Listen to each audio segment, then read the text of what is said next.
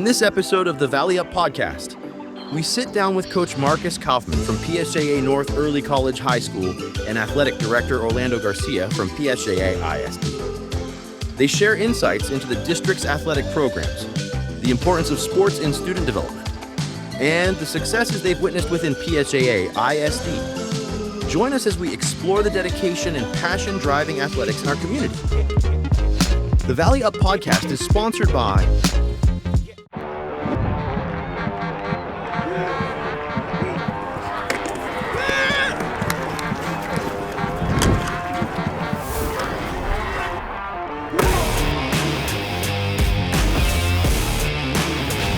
How good it is throwing that touchdown pass? Not as good as winning your car to the case with attorney Daniel Gonzalez. That's right. I'm attorney Daniel Gonzalez, aka Daniel's son. I'll fight for you and your cars in the case, and we'll win. Call 956-884-7113. Welcome to the Valley Up podcast, brought to you by attorney Daniel Gonzalez. I'm your host, Isaac Serna, and I've got two fantastic guests with us today. One was my former coach, and one is my former boss. We have Athletic Director Orlando Garcia and the head football coach and athletic coordinator of PSJA North High School, Marcus Kaufmann. Gentlemen, welcome. So happy to see you guys here.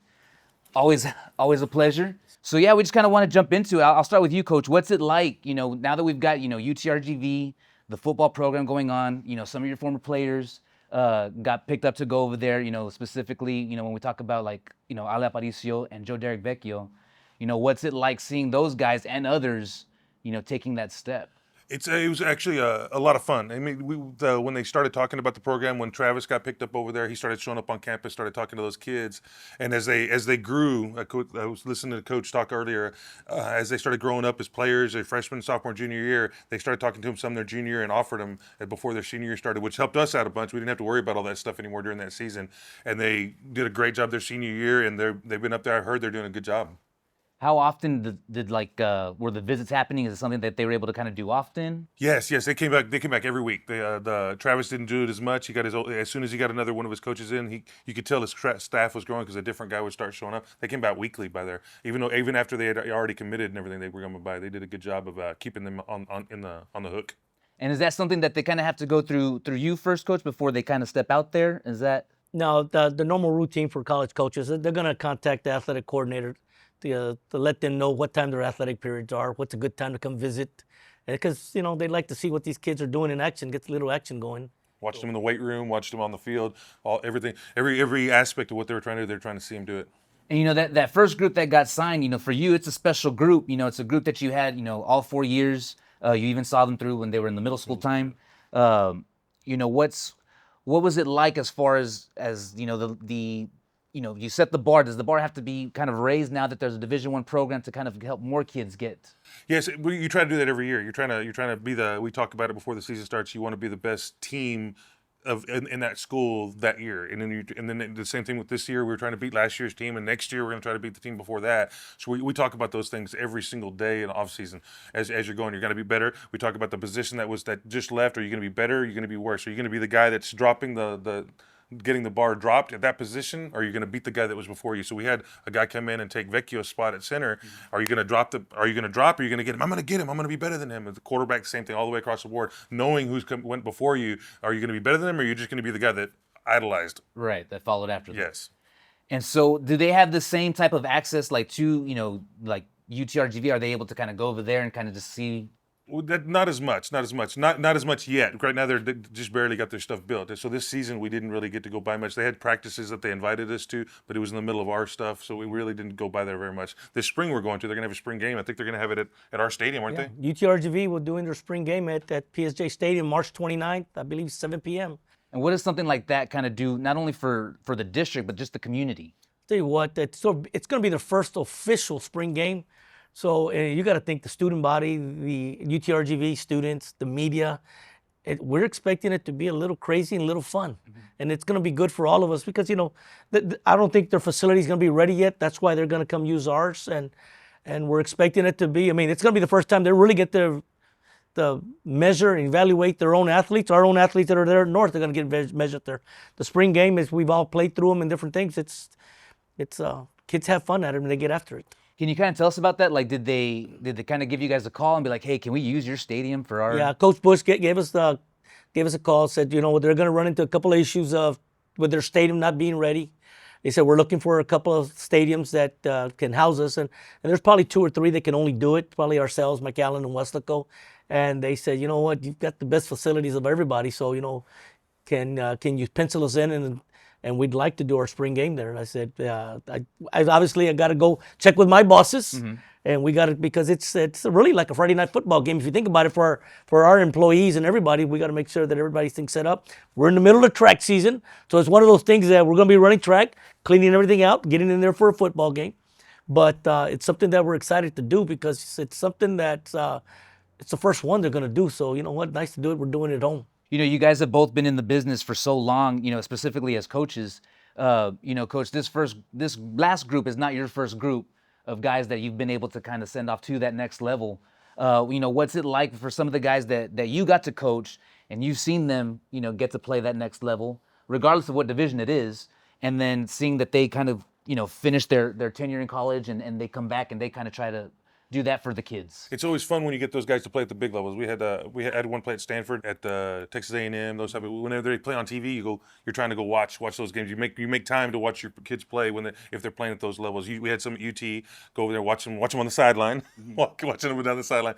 But yes, it's a great deal. But the big deal for us, for me mainly, and I don't know about a coach in this profession, was that's a goal to get those kids to college and go play football, and that's like a dream type deal. We had, like I told you earlier, we had 18 kids off of last year's team go play, but it's to get somebody there to help you. We're always trying to figure out ways to help kids, help our players grow, help them get to the next level in life. So as you go there, and football is a good avenue to do that with. So they get there. They have coaches.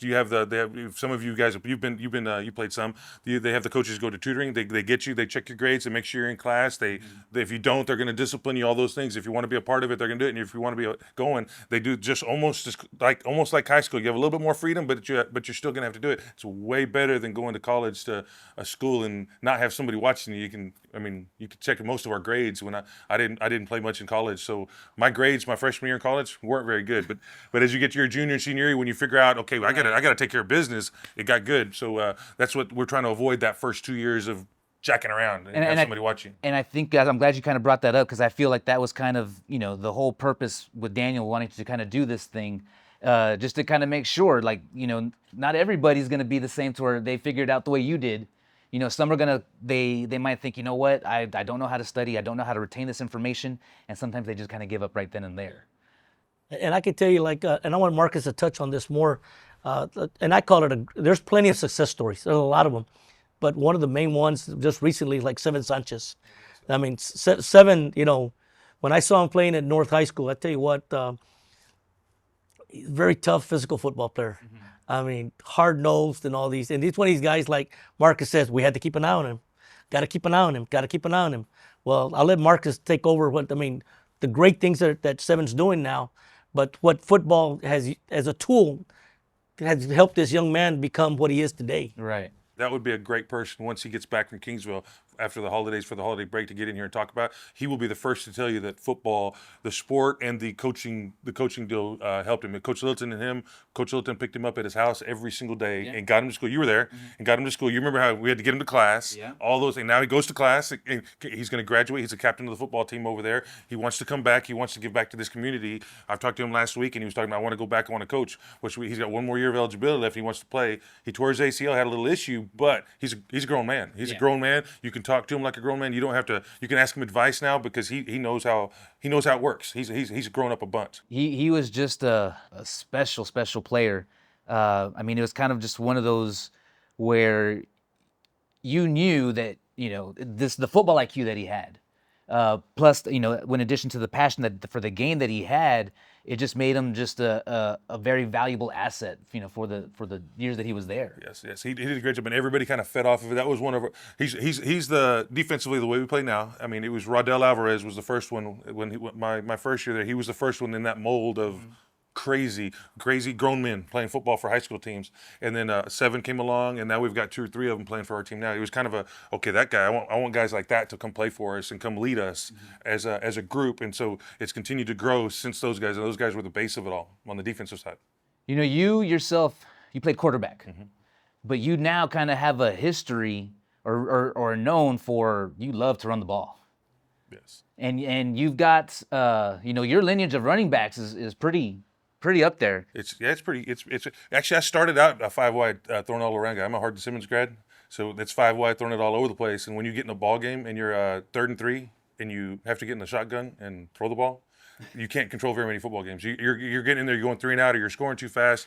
I was a run the football first guy, but when I became a head coach, I became it even more because you can kind of control the ball game, control the speed of the game, try to end the game when you want it to end, or speed it up if you want to. You can kind of get the tempo going. When you get in the spread and throw it around all over the place, you're at the mercy of dropping ball, the drop passes. You're at the mercy. You have to have a good quarterback.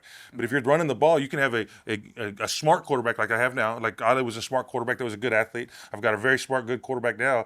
And then you just get some running backs, get teacher linemen, and now you get a whole football team instead of. So I've done both, and it's the running the football is the way I've hanging my hat on to be able to control football games and win more games. And like you said, the players we've had, I think it's in the Valley history, I think I've coached probably 3 of the top 5 in the history of the Valley football. And one is your son who did it as a quarterback. Yes, he did as a quarterback. I think he had like 6,000 yards, 6,000 yards rushing and 5,000 or 6,000 yards passing. Trevor Spates was one of mine. Bradley Stevens, I coached Bradley Stevens for 4 years. We even had from when I got to North, we had Isaac Gonzalez. He ended up with over 5,000 yards. He's in the top 10, I think, in the Valley, top 5 or 10. The running back I have now is PSJA rushing leader now for a season after this season, and he's almost at 5,000 yards now, and he's got another year coming up. The Valley Up podcast is sponsored by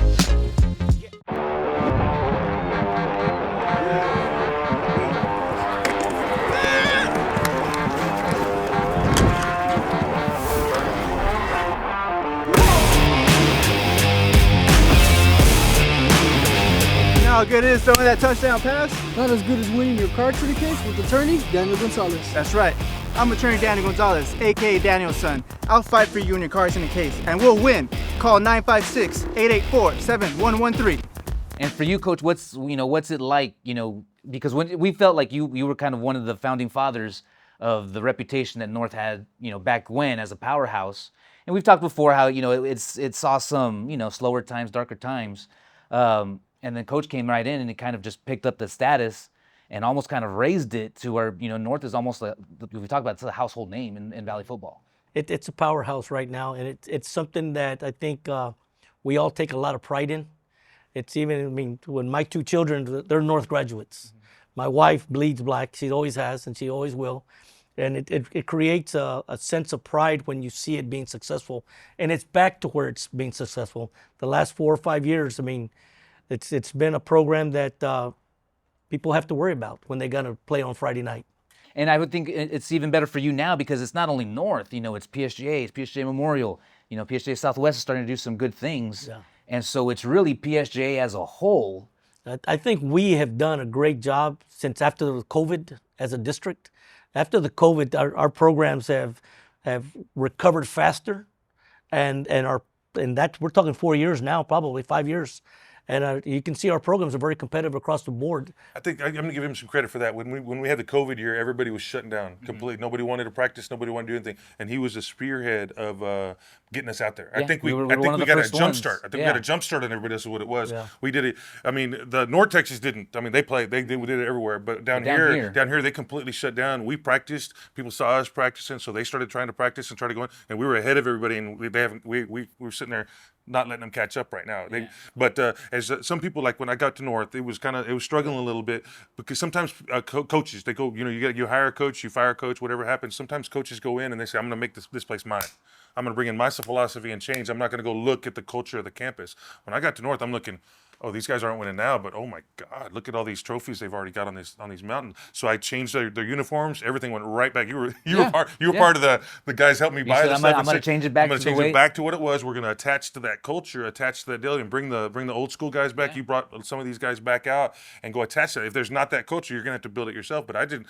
Everybody keeps telling me, what'd you do with the culture? I didn't do anything. I just got the old school guys back, the 2003 guys, the 2006 guys, the 2009 guys, those district championship teams. Got those guys to show up, start talking about it, and made it an expectation for the kids. And then when it turned, it was like, oh, it's just going by itself now. And I can tell you firsthand, as alumni, we appreciated saying, "Hey, man, we want you all to come back. We want you all to check this out and do this, that." And Not the losing teams. No, of course not. Well, I don't know about those teams, but it was nice. It's nice to be to ask to come back to a program that you were a part of, because it's a brotherhood. It's once a Raider. I mean, once you're a Raider, you're always going to be a Raider.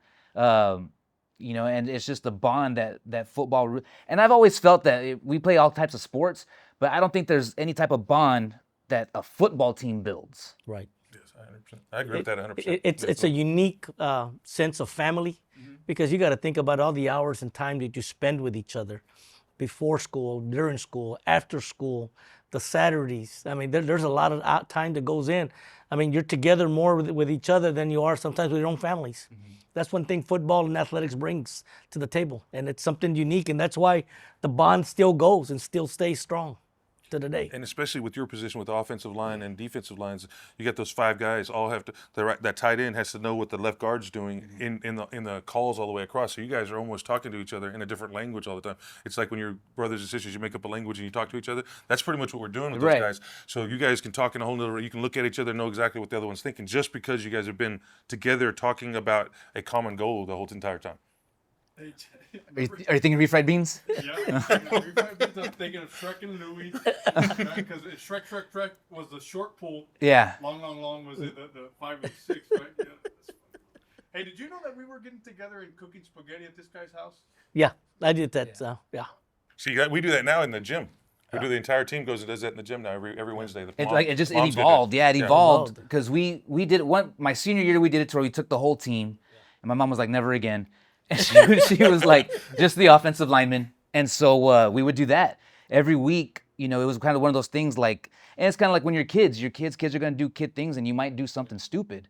And so our first thought was, hey, let's stay together. Let's keep each other, out of trouble. We would eat, we'd play some Madden, and then we'd go back home.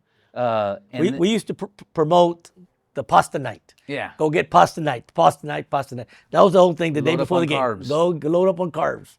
And then you guys took it to another level. Well, I mean, now it's evolved to something even bigger. Yeah. We do it Wednesdays now because of the Thursday we have the JV games. And it's good the way because the parents are involved in this whole thing. thing. It's a good situation. It's a great situation. We try to get the parents involved as much as possible. That's what he was saying, that now all the parents are involved.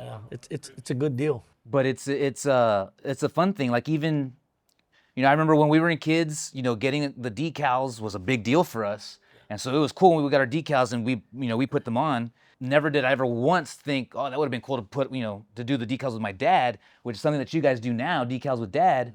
And that's just a cool, I don't know if you knew something about that, but they do this decal with dads where they basically they'll go into the cafeteria, they'll go into the gym, and they set up all the tables, and you're putting all you and your dad are putting all the decals on your helmet, getting it ready. And that's cool. It's a bonding experience. Yeah, it is. It's a pretty sharp. Yeah.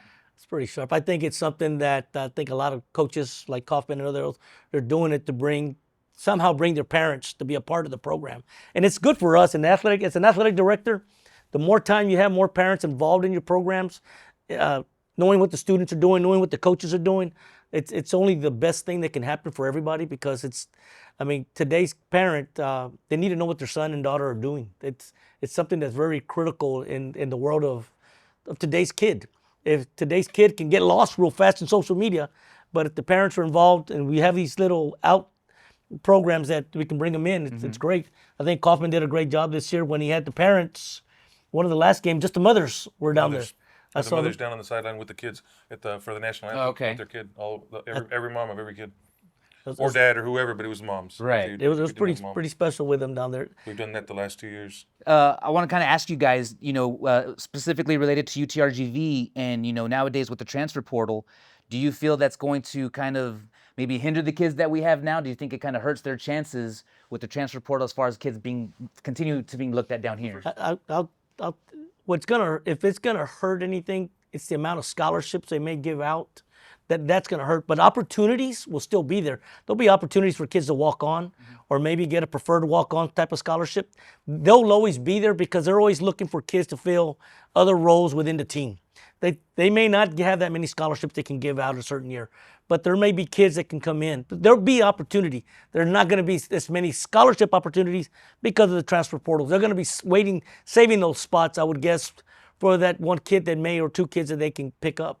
That's my guess on that. And I feel like it'll affect pretty much all the high school kids in the country because the big time schools are going to be waiting for the smaller schools kids to try to. It's almost like every small school is going to become a JUCO now, as it's going to work, and they're going to work their way up. I think we're going to be able to slide into some D2s, D3s, stuff like that. That normally a kid is going to go D3 that normally would have gone to D2. A small school D1 is probably going to end up into D2 now, just because those kids, as soon as they get tired of not playing, they're going to just bounce up and work their way up into the Division Ones. It's going to be a whole farm system now. I think that's my opinion on what it's going to work like in baseball, where you go to the farm league work your way up the levels. That's what it's going to be. A JUCO is going to be one level, and it's going to work its way up the deal as it goes. That's what I think is going to start happening. This transfer portal, NIL, nationally, it's just what you're seeing and studying. It's crazy. It's crazy. It's going from day to day where kids are just, 1 year, they're just going to the transfer portal the next year and see what the best offer is, and then they're jumping. Where does it go? Where does it go? Marburger jumped in. Maybe he can come back and go to UTRGV. That would be a great fit. I think he's got 1 year left of eligibility. It'd be a great fit for a starting program. I mean, all the experience he's going to bring to the table. Exactly. I mean, who knows? I hope it'd be nice. It'd be nice. With the upcoming seasons, Coach, kind of talk to us. What you're kind of hoping for with these kids that you were able to kind of get up there. We've seen Ale. I think he's come to. His little brother played for us. He came to the games. We talked to him a lot about what he was playing. He's not a quarterback anymore. They moved him to the slot receiver, and he's doing a good job there. I think he got a high ankle sprain. As the fall was going, it should be healed up by now. But as they grow there, I mean, he came back home, and I was like, ooh, this kid is different. I mean, just within the 6 months that he's over there, all the playing around little kid stuff that the high school kids do, and what we did when we were freshmen and sophomores at college, that's gone. He's a grown man now. Joe Derrick's a grown man now. Big Dante and Danny, they've been grown men. They've been grown men. But those guys, you can tell they're already maturing exponentially right now because they're around different people. Because normally, if you go to normally when you went to UTRGV and went to school, it was people like us, people from the valley, and they didn't get to see that. That football team's got people from all over the country, so they get to see the different types of people, the different looks. So they got different inputs, and then when they get those inputs and see what they take and see what they put out in the real world. Some big athletes out there. No, it's great. It's a big athletes. Because he brought what 8 or 9 of them. Yeah, we saw him at one of the football games. They brought him. We had like 10 UTR. Can I bring him on the sideline? Yeah. I know how big of a kid guy he is. Where he can say no to me all day long. He says no, coach, no, coach, no, coach. And I brought Ale and one of those football guys, some guy from Fort Worth. Hey, go ask him. Go ask him if you guys come onto the field. So, yes, sir, you can. I knew he was going to say yes to them. It was the Raider Bear game. So yeah. They brought 10 kids. It was a packed crowd. Football players on the side. It was pretty good, man. No, it's a good deal. I appreciate everything. It's nice to have the Raider family here doing what we're doing for this podcast is awesome, and I appreciate Daniel for what he's done for the 2 Raider kids with the NIL deals. I mean, it's something special that when I've always said when the Raiders take care of the Raiders, it's something special all the time. And I greatly appreciate what the alumni is what I call it is doing for our programs, and I appreciate everything Kaufmann has done for the Raider program because you know what? It's a household name right now. Nobody wants to play us. It's a good deal. It is. It's a good thing. It is. That's going to do it for us on the Valley Up podcast. I just want to once more thank our guests, Athletic Director Orlando Garcia and Head Football Coach for PSJA North, Marcus Kaufmann. Gentlemen, it was a pleasure. Thank you guys for joining us. Sure. Thank you, Isaac. The Valley Up podcast is sponsored by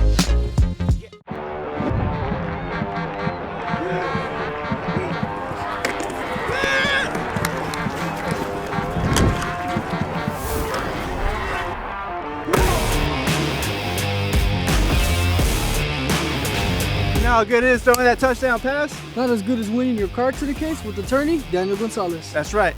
I'm attorney Daniel Gonzalez, aka Daniel's son. I'll fight for you and your cars in the case, and we'll win. Call 956-884-7113.